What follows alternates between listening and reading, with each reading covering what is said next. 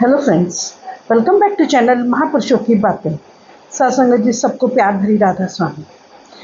आइए सुनते हैं कुछ प्रेरणादायक वचन। ये वचन राधा स्वामी सत्संग व्यास द्वारा प्रकाशित पुस्तक साईं बुल्ले शाह में से लिए गए हैं। इस पुस्तक के पेज नंबर 18 पर उल्लेख है, ज्यों ज्यों वियोग का समय लंबा होता है त्यों त्यों बुल्ले शाह का कलेजा मुंह को आता है। एक और वियोग का दुख और दूसरी ओर जगत हसाई बुल्ले शाह को हर पल घायल करते हैं। वह मुर्शिद की याद में सजदे करता है, उसके आगे बार बार विनती और प्रार्थना करता है कि मेरे साईं शाह इनायत, मुझे शीघ्र से शीघ्र दर्शन दो। बुल्ले शाह अपनी गलती और नादानी पर परेशान है जो उसकी जानलेवा बन गई है। वह अपनी भूल बख्शाना चाहता है। वह मन ही मन गुरु के आगे खुशामदे करता है कि अब वियोग का घाव भर दो और दर्शन देकर तपते हुए हृदय को शीतल कर दो। बुल्ले शाह केवल अपने दुख का ही वर्णन नहीं करता, अपने गुरु से गिले शिकवे भी करता है। एक और वह अपनी अपरिपक्व बुद्धि से परेशान है और दूसरी ओर गुरु को उलाहने देता है जिसने प्रेम का तीर कलेजे में मारकर फिर मुंह छिपा लिया है, कभी बात भी नहीं पूछी। जिसने प्यार की ऐसी मीठी मार मारी है उसको कहीं का नहीं छोड़ा। नित्य मुर्शिद के वियोग में रात भर जार जार रोना बुल्ले का नित्य का व्यवहार हो चुका था। बुल्ले का यह वियोग पागलपन की सीमा तक पहुंच चुका था और वह दीवानों की भांति गली गली भटकने लगा। उसे मुर्शिद के मिलाप की तड़प ने बेहाल और बेसुध कर दिया, तो वह इस आग को शांत करने की युक्ति सोचने लगा। उसे पता चला कि उनका गुरु मुर्शिद संगीत का प्रेमी है। कहते हैं कि बुल्ले शाह ने स्त्री का वेश धारण किया, सारंगी पकड़ ली और किसी गाने वाली के पास जाकर रहने लगा। उससे नाचना सीखा और गाने में दक्षता प्राप्त की। जब बुल्ले शाह इस काम में निपुण हो गया तो पखावज और अन्य वाद्य बजाने वालों को साथ लेकर उस मजार पर मुजरा करने के लिए पहुंच गया जहां वार्षिक उर्स पर हजरत शाह इनायत भी आए हुए थे। शेष सब नाचने और गाने वाले तो थक कर बैठ गए, परंतु बुल्ले शाह भक्ति और प्रेम में लगातार नाचता रहा। उसकी आवाज में असीम पीड़ा थी और वह हृदय को छेद देने वाले स्वर में पुकार रहा था। कहते हैं बुल्ले शाह ने उस समय की विरह में कई काफियां गाई। अंत में उसकी पीड़ा को देखकर गुरु का दिल पसीज गया। उसने प्रसन्न होकर कहा, अरे तू बुल्ला है। बुल्ला दौड़कर गुरु के चरणों में गिर पड़ा और अश्रुओं से छलकती आंखों से कहने लगा, हजूर, बुल्ला नहीं भुल्ला हूं। गुरु कभी भी शिष्य के विषय में अनजान नहीं होता। जब देखा कि पश्चाताप और वियोग की आग ने बुल्ले को तपाकर शुद्ध कुंदन बना दिया है तो उसकी गलती क्षमा कर दी और उसे छाती से लगा लिया। हजूर महाराज बाबा सावन सिंह जी फरमाया करते थे कि मुर्शिद कामिल ने बुल्ले शाह की विरह की अग्नि परीक्षा इसलिए ली कि वे चाहते थे कि जिस हृदय में कुल मालिक के सच्चे प्रेम और उसके कलमे अर्थात शब्द की अमूल्य देन को स्थिर करना है, वह हृदय भी पककर उस दौलत को संभालने के योग्य बन जाए। फिर क्या था, दया और मेहर के बंद झरने दोबारा फूटने लगे। बुल्ले शाह की सूखी क्यारे को पानी मिल गया। उसके बगीचे फिर महक उठी और उसमें रस और आनंद की सुगंध के फुब्बारे फूट पड़े। कानूने इश्क का लेखक लिखता है कि मुर्शिद बुल्ले शाह को छाती से लगाकर अपने साथ ले गए और उसे रात दिन मिलाप के प्याले पिलाने लगे। बुल्ले शाह की आत्मा सदगुरु की आत्मा के रंग में रंग गई और दोनों में कोई भेद न रहा। बुल्ले शाह के एक काफी उसके प्रियतम के अभेद हो जाने की इस अवस्था का बड़ा सुंदर वर्णन करती है। काफी है, रांझा रांझे कर दी नी मैं आपे रांझा होई, सद्दो नी मैनू दीदो रांझा हीर ना आखो कोई। रांझा मैं विच, मैं रांझे विच, होर ख्याल ना कोई। मैं नहीं ओह आप है, अपनी आप करे दिलजोई, हथ खुंडी मेरे अगे, मंगू मोहे भूरा लोई, बुल्ला हीर सलेटी वेखो, किथे जा खलोई। मुर्शिद परमात्मा से अभेद होता है, इसलिए मुर्शिद के साथ की अभेदता का ही परमात्मा से अभेदता में बदल जाती है।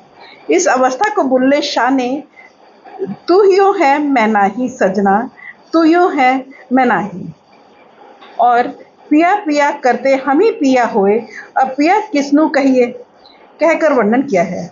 इस अवस्था में पहुंचकर द्वैत का भ्रम दूर हो जाता है और हर और एक ही कादिर का जलवा और नूर दिखाई देता है।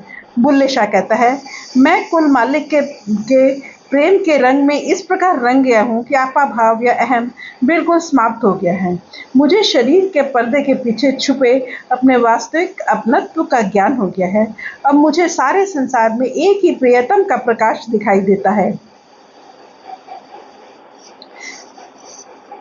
मेरे लिए सारे अपने हो गए हैं और कोई भी पराया नहीं रहा। काफी है, अब हम गुम हुए प्रेम नगर के शहर, अपने आप को सोच रहा हूँ, न सिर हाथ न पैर, खुद ही खोई अपना पद जीता। अब होई तब होई गल खैर, लथे झगड़े पहले घर थी, कौन करे निर्वैर, बुल्ला शाह दो ही जहानी, कोई न दिसदा गैर। इस अद्वैत में हिंदू मुसलमान और भले बुरे के सब झगड़े समाप्त हो गए। बुल्ले शाह को अब साधु ही साधु दिखाई देने लगे। उसके लिए कोई भी चोर या पराया ना रहा। काफी है, अब सब साधो कहो कोई चोर नहीं, हर घट विच आप समाया है, टुक बुझ कौन छुप आया है। इस अवस्था को पाकर बुल्ले शाह प्रेम, क्षमा और दया की मूर्ति बन गया। वह समदर्शी बन गया और मित्र, शत्रु, भले बुरे और हिंदू मुसलमान सबसे एक जैसा प्रेम करने लगा। उसके जीवन की एक घटना बुल्ले शाह की इस अवस्था को बड़े सुंदर ढंग से वर्णन करती है। कहते हैं, एक बार बुल्ले शाह अपने हुजरे अर्थात कोठरी में बैठे बंदगी कर रहे थे। रमजान का महीना था। उनके कुछ शिष्य बाहर बैठे गाजरे खा रहे थे। पास से कुछ रोजादार मुसलमान गुजरे। एक फकीर के डेरे पर मोमिनों को रोजा भंग करते देख गुस्से से बोले, तुम्हें शर्म नहीं आती? रमजान के महीने में चल रहे हो और वह भी फकीर के डेरे पर। शिष्यों ने कहा, भाई मोमिनों, अपनी राह पकड़ो, हमें भूख लगी है तभी तो खा रहे हैं। मोमिनों को शंका हुई कि शायद ये मुसलमान नहीं हैं। उन्होंने पूछा, अरे तुम कौन हो? उन्होंने कहा, मुसलमान हैं। क्या मुसलमान को भूख नहीं लगती? मोमिनों ने फिर मना किया। शिष्य फिर भी न माने। मोमिन जो घोड़ों पर सवार थे नीचे उतरे। उन्होंने शिष्यों के हाथ से गाजरें छीनकर दूर फेंकी। एक दो थप्पड़ भी जड़ दिए। वापस जाते समय उन्हें ख्याल आया कि इनका पीर अर्थात गुरु भी ऐसा ही होगा, जेहो जे कुजे ओहो जे आले। पर चलो उसे तो पूछाएं कि शिष्यों को कैसी शिक्षा दी है। हुजरे में जाकर बोले, अरे तू कौन है? बुल्ले शाह जो आंखें बंद किए बैठा था, उसने बाजू ऊपर करके हाथ हिला दिए। उन्होंने फिर पूछा, अरे बोलता नहीं, कौन होता है? बुल्ले शाह ने फिर बाजू ऊपर करके हाथ हिला दिए। मोमिन उसको पागल समझकर चले गए। उनके जाने की देर थी कि शिष्य दुहाई देते हुए हुजरे में आ गए और पुकार कर कहने लगे, उन्होंने हमें मारा है, तुमने जरूर कुछ किया होगा। शिष्य, नहीं हजूर, हमने तो कुछ नहीं किया। बुल्ले शाह, उन्होंने तुमसे क्या पूछा था? उन्होंने पूछा, तुम कौन हो? हमने कहा कि हम मुसलमान हैं। बस बेटा, कुछ बने हो तभी तो मार खाई है। हम कुछ भी नहीं बने, इसलिए हमें किसी ने कुछ नहीं कहा। अपने आप को कुछ वही समझता है जो मन माया के दायरे में है, जिसको हक अर्थात सत्य का दीदार नहीं हुआ। जिसको सत्य के दर्शन हो जाते हैं, वह आत्मदर्शी हो जाता है और धर्मी, देशों और जातियों की कैद से मुक्त हो जाता है। बुल्ले शाह की वाणी में अनेक स्थानों पर इस बात की ओर संकेत दिया गया है कि परमात्मा की तरह आत्मा का ना कोई धर्म है, न देश है, न जात है, न पात है। सब धर्म समय व स्थान के कैदी हैं, परंतु आत्मा अजन्मा और अनादि है। इसका ना कोई आदि या अंत है, ना धर्म या जाति है। बुल्ले शाह कहते हैं कि मैं केवल आत्मा का परमात्मा से आदि का रिश्ता पहचानता हूँ। संसार में प्रचलित कोई दूसरा बंटवारा स्वीकार नहीं करता। काफी है, अव्वल आखर आपनु जाना, ना कोई दूजा होर पछाना, मेथो होर ना कोई स्याना, बुल्ला शाह खड़ा है कौन, बुल्ला की जाना मैं कौन। अंतर में सत्य को प्राप्त करके बुल्ले शाह न केवल स्वयं सत्य का रूप हो गए, बल्कि उन्होंने अपना शेष जीवन इस सत्य के प्रचार में ही लगा दिया। इस नाशवान संसार से प्रस्थान करने तक वे स्वयं परमात्मा की भक्ति में लीन रहे और अपनी संगति में आने वाले जीवों को भी परमात्मा के प्रेम का पाठ पढ़ाते रहे। उनके पूर्ण नूर व्यक्तित्व, निर्मल रहनी और दैवी वाणी ने हर ओर उनकी प्रसिद्धि फैला दी। सत्य के अनेक जिज्ञासु उनके व्यक्तित्व से प्रभावित हुए। जीवन के अंतिम वर्षों में उन्होंने अपना डेरा कसूर में लगा लिया और वहां ही सन 1758-59 में उन्होंने नश्वर शरीर का त्याग किया। कसूर में उनका मजार आज भी मौजूद है। साईं बुल्ले शाह ऐसा पहुंचा हुआ दरवेश, कामिल फकीर और सच्चा आशिक था जिसने मुर्शिद के इश्क द्वारा अल्लाह के इश्क की मंजिल तय की। उसके इश्क में तीव्रता, सोज और तड़प के साथ सिदक, कुर्बानी और त्याग था। उसने इश्क की वेदी पर जाति विद्वता का चढ़ावा चढ़ाया। विरह की आग में जलते हुए भी गुरु में अपनी निष्ठा और विश्वास को पल भर के लिए भी डोलने नहीं दिया। उसके जीवन की तरह उसकी वाणी इश्क मिजाजी अर्थात सदगुरु रूपी साकार प्रभु के प्रेम की उंगली पकड़कर इश्क हकीकी अर्थात निराकार प्रभु के प्रेम तक पहुंचने का मार्ग दिखाते हैं, जो संसार के सब सच्चे प्रभु भक्तों का साझा मार्ग है।